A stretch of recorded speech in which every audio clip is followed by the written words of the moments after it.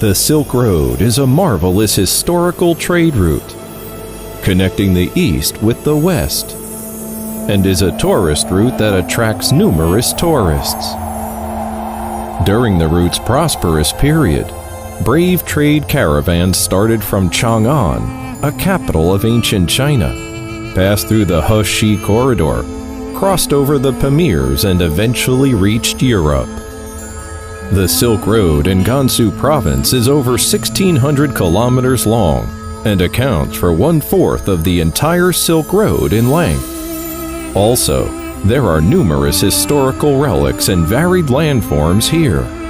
So Gansu is called the golden part of the Silk Road. Tianshui is the cradle of the Chinese nationality, where Chinese people multiplied and grew civilized. Here was born Fu Shi, father of Chinese civilization. Kongtong Mountain in Pingliang is renowned as the #1 mountain of Taoism. Lanzhou is the only provincial capital that the Yellow River passes through. The beef noodles here deeply impress the never-satiated tourists. The Yellow River Stone Forest in Jingtai is a grand and magnificent canyon stone forest within the long, winding Yellow River.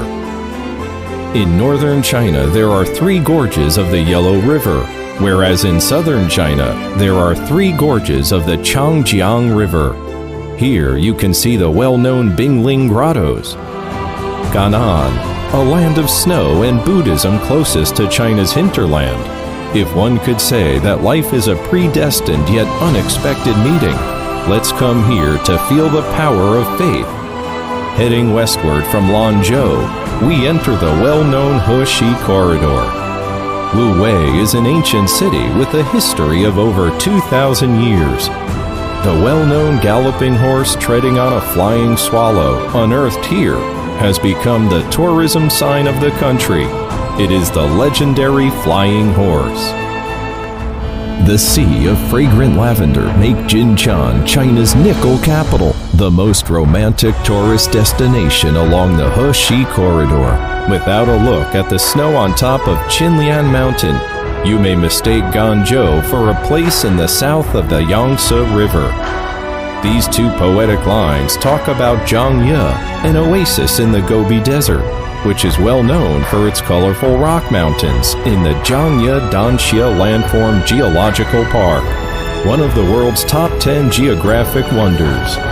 In addition, in Zhangye, there is the largest and oldest royal stud farm in Asia.